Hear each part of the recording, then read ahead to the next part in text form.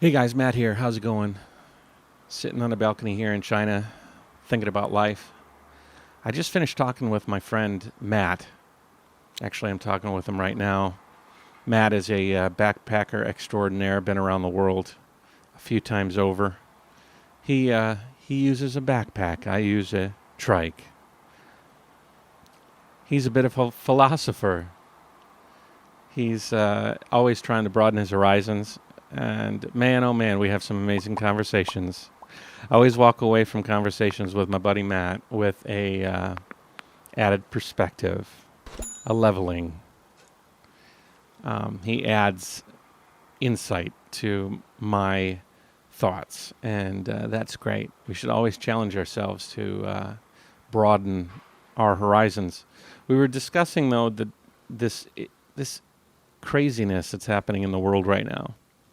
The fact that America is struggling, and the ripples from America have spread out. Amsterdam, Paris, UK, it's all over the place now. People are rising up and calling out inequality, and it's really beautiful in a lot of ways. Really beautiful.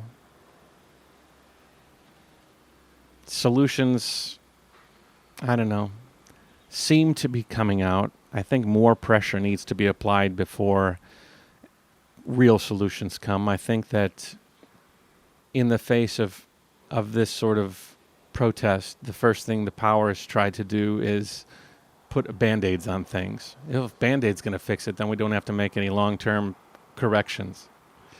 And then if pressure is consistently pressed, then maybe some bigger systematic changes can happen. This is the way I see it. I see it as the wealthy and the powerful, they fear doing anything to lose any of that wealth and power. It's ingrained in us, really. We strive to climb a ladder. This ladder has been taught to us that it's the most important thing. You have to get to the top of the ladder. If you're below that ladder, then all you got to do is work a little harder, and you can climb that ladder. There's only one ladder. And if you can understand that, you could be rich like me. You could be where I'm at. And that's the right place to be. I'm going to get a little conspiratorial, actually, because a lot of people have maybe associated me with a left or a right-leaning stance. Left, obviously. I think that's pretty obvious. That's where people think I am, and I think in a lot of ways they're right. I am progressive. I think I've already talked about that in previous videos. Do I think that in government the left is righteous? That the left is going to save us all? In its current form, I don't think so. I don't think so. I think that the biggest problem in the world today is the quest for power and greed. Above all. Above common humanity. Above solving the world's problems. It's greed and power. I think the left has it. I think the right has it. And I think people like Donald Trump are a symptom of that problem. It's really funny because you look at things happening. I choose the states because I know more about it because I'm American. But you have these powers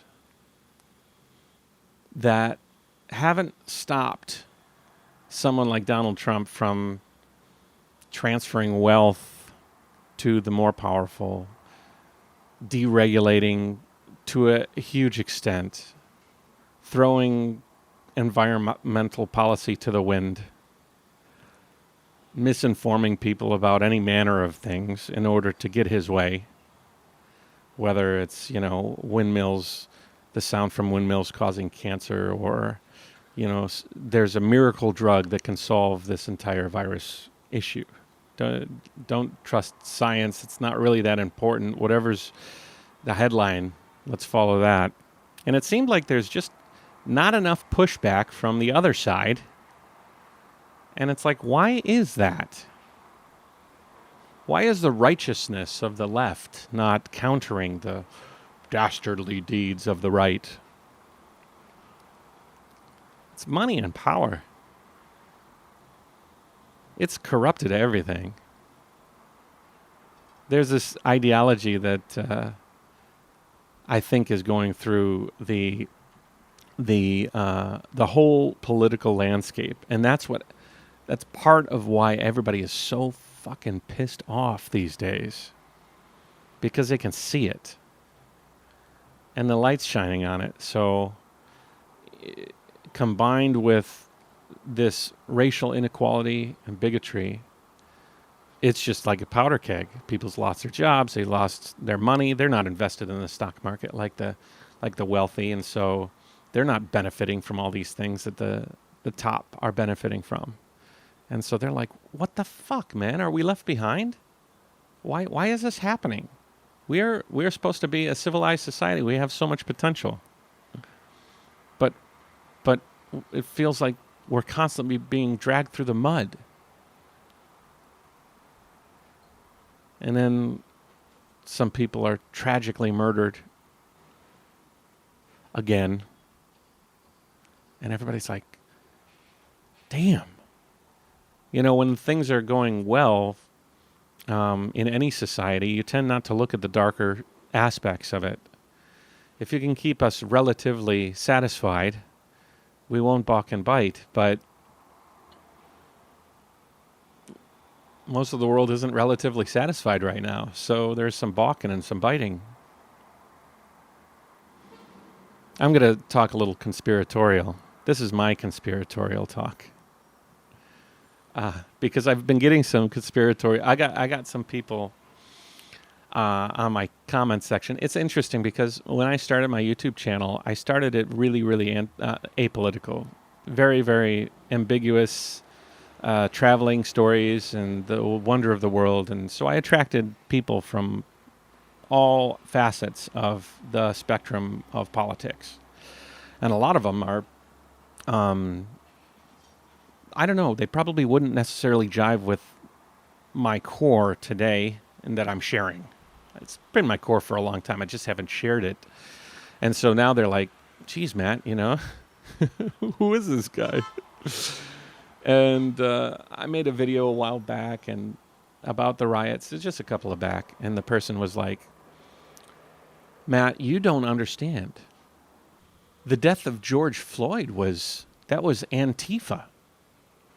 And Soros-backed elements are leaving bricks on street corners for protesters to pick up and turn into riots. You just don't understand, Matt. That's exactly what's happening. They believe that wholeheartedly, like 100%.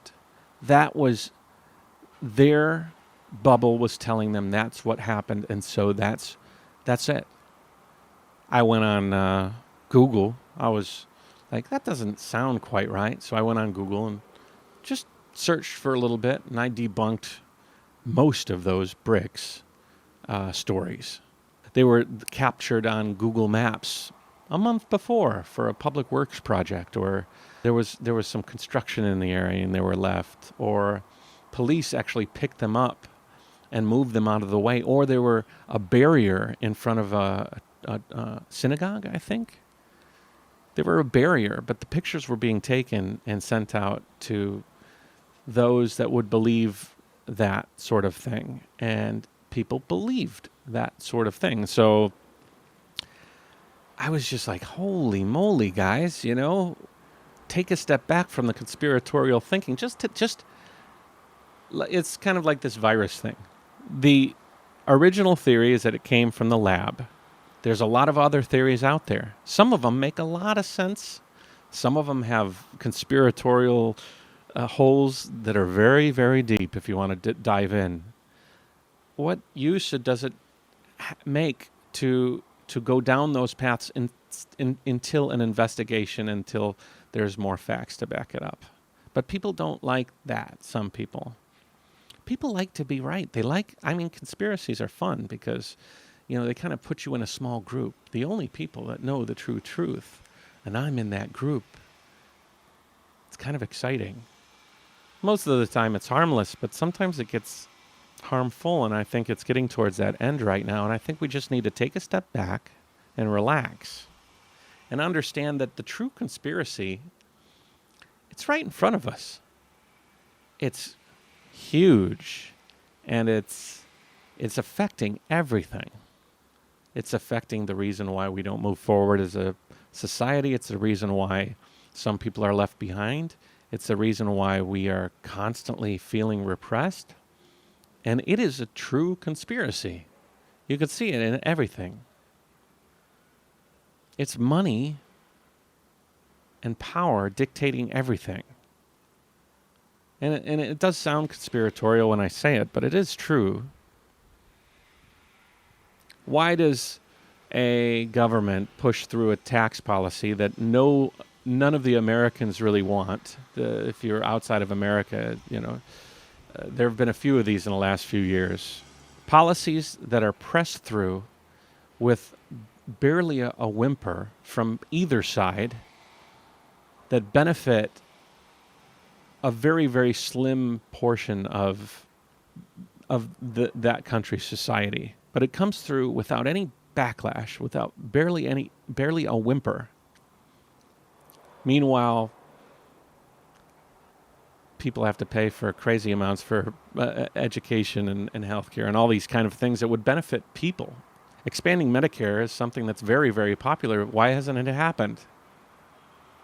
Because the people that are very powerful pay the people who make the decisions a lot of money.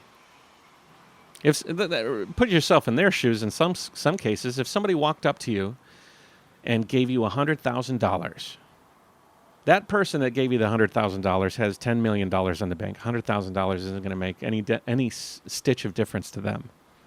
But what would $100,000 do for most of you guys?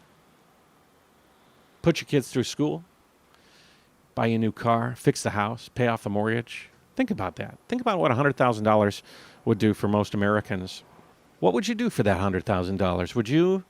Would you bend your ideology? Would you bend your belief system slightly?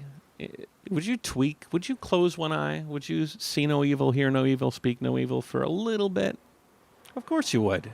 Don't kid yourself. We're all not super righteous. Some of us might be. But most of us are humans, and we have that innate desire for the betterment of our families. And so we bend. We bend a little bit. And then that billionaire, multi-millionaire sees the benefit of that investment. It's a great investment. So he invests a little more, little more, little more, little more. And pretty soon the world around this man starts to change to accommodate his lifestyle, not everybody else's, his lifestyle. He puts some money in the pocket of a person on the right. He puts some money in the pocket of the person on the left. He's hedging his bets. If you've ever played poker or gambled, you put some money on black and you put some money on red, and when you hope for the best, and you end up above in most cases. Obviously, it works a lot better for them than the odds in Vegas, or a lot better. If you rewind and look at what's been happening over the past, forever, but in the last 5-10 years, you've seen it even more. The public interest is not interesting to the people in power, and so you tend to see society turn away from where it could be or where it should be to help everybody, and you see it helping few.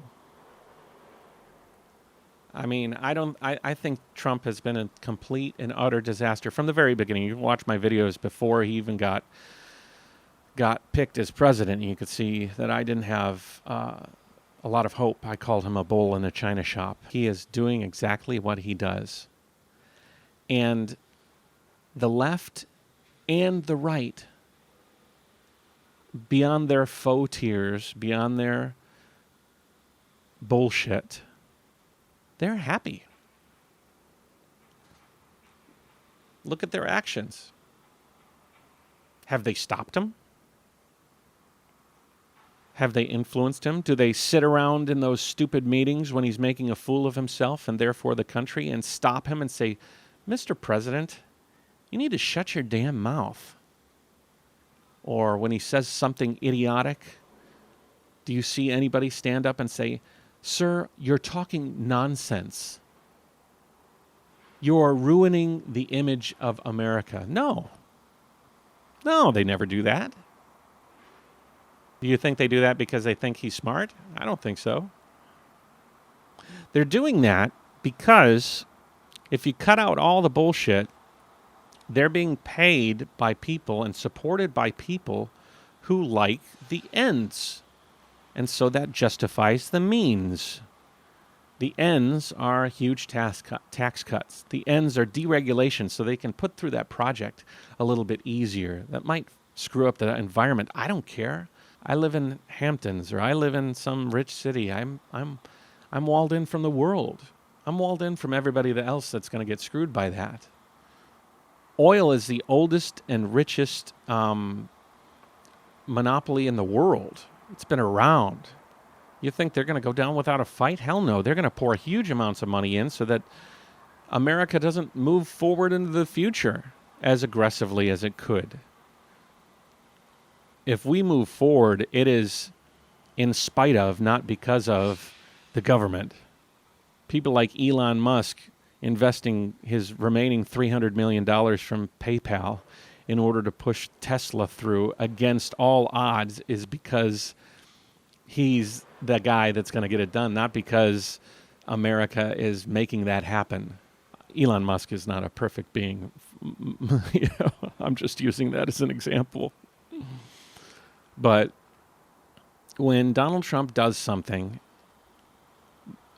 that, like this tax cut, like these financial moves, like in this stimulus package, this $2 trillion stimulus package, it's more like $5 or $6 trillion has been allocated to combat this coronavirus thing, which only got as exacerbated, as only needed that much funding because of his mismanagement. But hey, we're here now.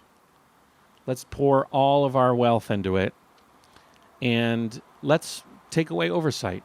He fires a guy that has oversight over the money's distribution.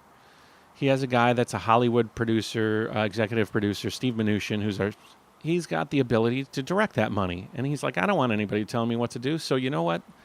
They don't. Why doesn't anybody put a stop to that? I think it would be pretty easy.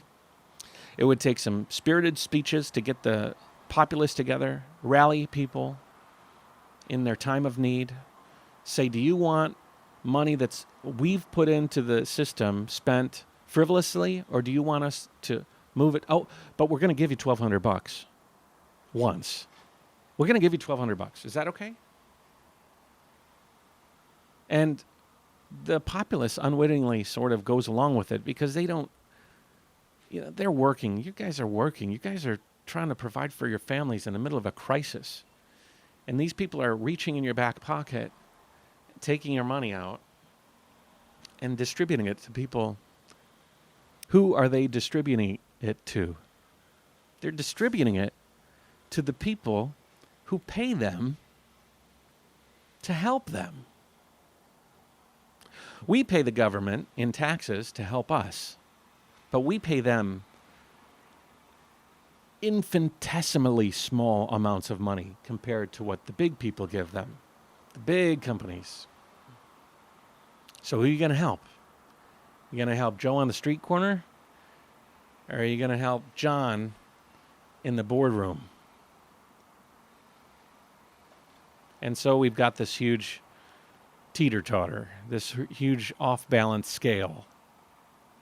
And then the virus comes, and then everybody loses their job, and then this killing, which is tragic and horrible, and everybody's sort of waking up and saying, what the fuck is going on? And even now, Donald Trump evacuates forcibly Lafayette Park so he can hold up a Bible with his... Who has ever held a Bible that way? Didn't reach out with any words of wisdom from the book. He just held it up for a propaganda video. He's a bad man. But you know what? Nobody seems to be stopping him as forcibly as they should, because in the end, these people in power's ends justify the means. They are helping all of their donors, and they don't even have to get their hands dirty. This wrecking ball is in the office doing all the things that everybody felt afraid to do but wanted to do because it would help the people that gave them the most money. So they look at Donald Trump as the goose that laid the golden egg, because shit, he's going to take all the heat. He's going to do all the things that help all the people that give us all this money on the left and the right. And all we have to do is faux some outrage, but don't act on anything that's going to make any true change. Just faux outrage.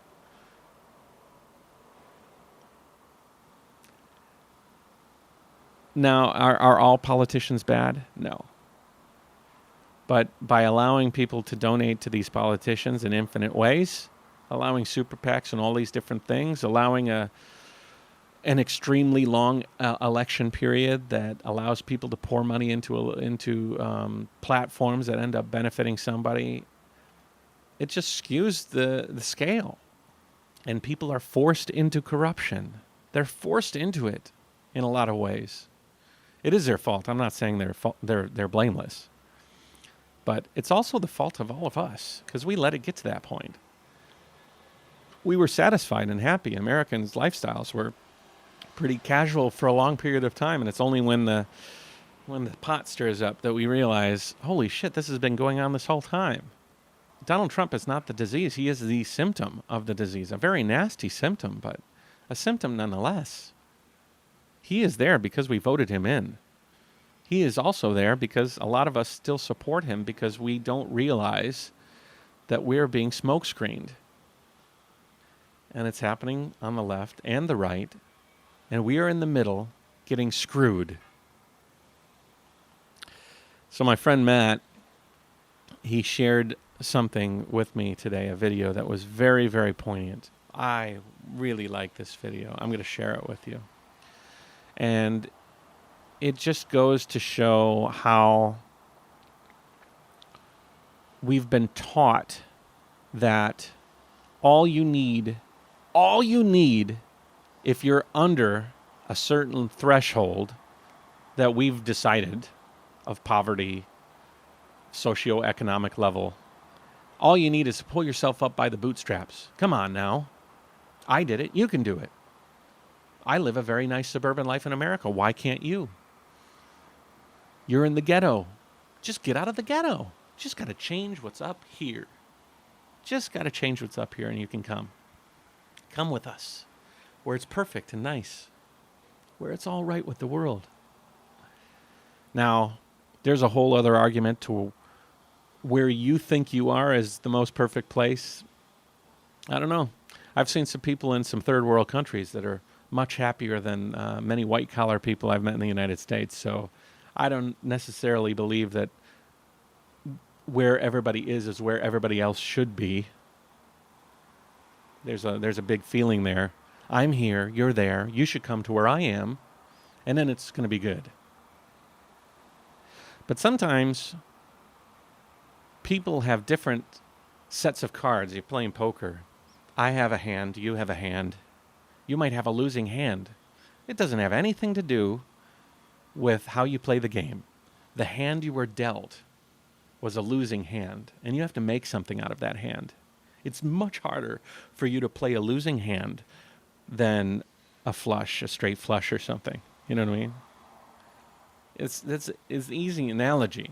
It's much easier to win when you have a better set of cards in your hand. But some people don't think about that. They only think, I am here, you are there, you need to come to where I am, and then we will be all okay. It's not that easy. The world doesn't work that way. And this video, I'm going to share it below, and I'll share it in the corner. It really exemplifies that. It's a race where a group of individuals from all walks of life were set on a line, and the guy that was leading it said, I have $100, and if whoever wins this race gets $100. But before we begin the race, let's set some parameters. And so he says, take 2 steps forward if you've never, been in debt. Take 2 steps forward if you've had the ability to have a tutor. Take 2 steps forward if you've lived, outside of poverty. All of these things have nothing to do with playing the cards. These are all the cards. He's basically putting the cards in everybody's deck. He's populating the people's hand, in the poker game. And then at the end, he says, play poker. And the people with the shitty hands have to work from the far back to come to the front. It's just an interesting perspective. Instead of looking at the destination and saying, this is where you should be, I think we should be looking way, way back at the beginning and saying, where are you? Where did you start? Empathizing with people in the beginning stages instead of just assuming they can come up and reach you. And maybe they don't have to reach you. Maybe they're content at a different level, at a different place. As long as they have empathy, they're happy, they're not hurting anybody, and they're raising their family in a responsible way, who gives a shit where they end up? Maybe suburban America isn't where they want to be. I think we need to broaden our horizons as a society in order to understand that we need to welcome people without coaxing people. We need to understand people instead of imparting our lives on them. Encouraging is great. I encourage people all the time. It's important to encourage people, but there's a disconnect between encouraging and, I don't know what the word I'm looking for. I'm right. You're obviously wrong because I'm right. You need to come to where I am because I'm right. Instead of saying, I understand where you are. Where would you like to be, and how can I help you get there? Anyways, I'm going to leave that link to the video down below. Please take a look. It's a very, very interesting video. My friend Matt is a pretty cool guy. I'll leave a link to his Facebook as well. You can check it out. There was a comment left, actually, on a post he left. He was talking, the reason why I spurred this whole conversation on it is because he was talking, I made this post, and somebody said, if people in the ghetto could just come out, basically raise themselves up by their bootstraps and come to where we are as a society, then the world would be right. And that's what kind of snowballed into this whole conversation. And I don't want to highlight the commenter because she is a really, really good person. You, if you're watching, are a very, very good person. And I understand where people come from when they say these sorts of things. And it comes from a good place. It's just a little counter to what's necessary in order to get us all rising together and understanding each other. And I hope you understand that. This person has since deleted the post that they left, the comment on my friend's post that kind of spurred this whole thing. And it wasn't meant in any negative way. So please, if you are watching this, no harm, no foul, because we all just need to understand that everybody is following their own path. Your path isn't the only path. And in a lot of cases, it's not the right path for everybody. I think what we need to do is, instead of saying, you need to come here, it's, I need to go there to you. If you really want to understand, you go there and help them to go wherever they want to go. You know, I think that's a good way to end it. So thank you guys. JaYoe, if you like these, please comment below, like, subscribe, share. If you want to support me, you can do so on Patreon. Just a couple of bucks, you can do that. If not, that's fine. No pressure.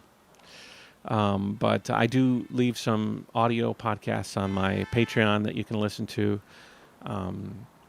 The world is still frozen, and so being so frozen, I'm forced to sit down on this porch and reflect on the world, and so that's what I'm doing. I don't know how cohesive this one will be when I edit it all together, but hopefully it helps you understand what the original intent of this video was, which was thinking outward instead of inward, thinking selflessly instead of selfishly. And if you think selfishly, it's okay. It's something that we all need to work on, even me. So thank you guys, JaYoe. Have a good day, and I'll talk to you later. Bye-bye.